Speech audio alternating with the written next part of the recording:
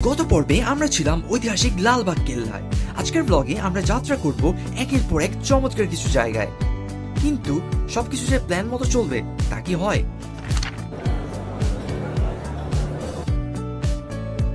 লালবাগ কেল্লা থেকে সবাই মিলে রিকশায় চেপে আবারও রওনা হলাম আমাদের পরের গন্তব্য ঢাকার আরো একটি বিখ্যাত ঐতিহাসিক স্থান আহসান মঞ্জিল।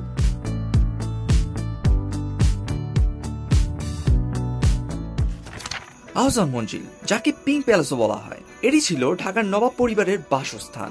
বুড়িগঙ্গা নদীর তীরে এই প্রাসাদ একসময় রাজনৈতিক ও সামাজিক কর্মকাণ্ডের কেন্দ্রবিন্দু ছিল। কিন্তু ঈদের ছুটি তখনও চলমান থাকায় আমাদের আর ভেতরে প্রবেশ করা হয়ে ওঠেনি। তবে মন খারাপ না করে এরপর আমরা ঘুরে নিলাম এর পাশের একটি এরিয়া সদরঘাট। সদরঘাট এলাকাটা জীবন্ত। এখানে একসাথে দাঁড়িয়ে থাকা অসংখ্য লঞ্চ, নৌকা আর যাত্রীদের ব্যস্ত চলাচল দেখে বোঝা যায় এই শহরের প্রাণ কিভাবে বয়ে চলে।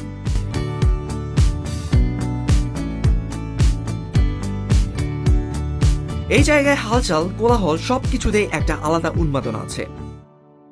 যদিও ঠান্ডা ওয়েদারের কারণে এই এরিয়াটা বেশ ভালো লাগছিল, কিন্তু হাতে সময় কম থাকার কারণে এই এরিয়ায় আর বেশিক্ষণ থাকা সম্ভব হয়ে ওঠেনি। দুপুরে খাবার শেষ করে আমরা সকলেই বেরিয়ে পড়ি আমাদের পরের গন্তব্য, যেটা খুবই এক্সাইটিং একটা প্লেস, টগি ফান ওয়ার্ল্ডে।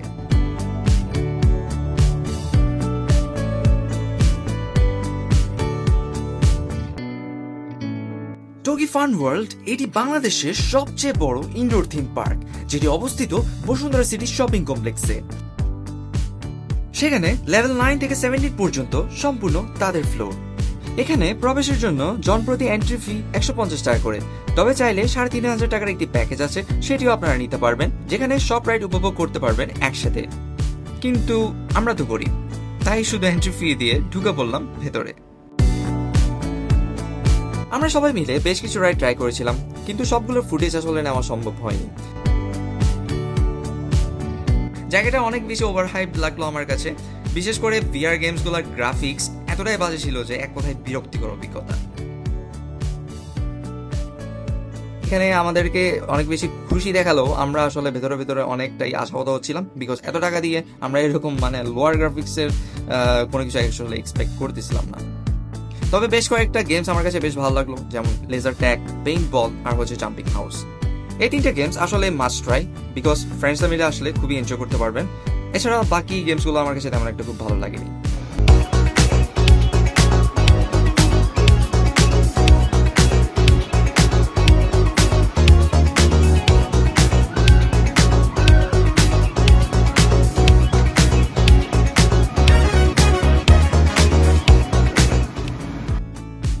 কিছুটা সময় এখানে কাটানোর পর বিকেলের দিকে আমরা চলে গেলাম ধানমন্ডি লেকে, যেটা কাছেই ছিল। সন্ধ্যার ছায়ায় লেক পাড়ে বসে হালকা বাতাসে ঘোরাঘুরি করার মধ্যে এক ধরনের প্রশান্তি আছে।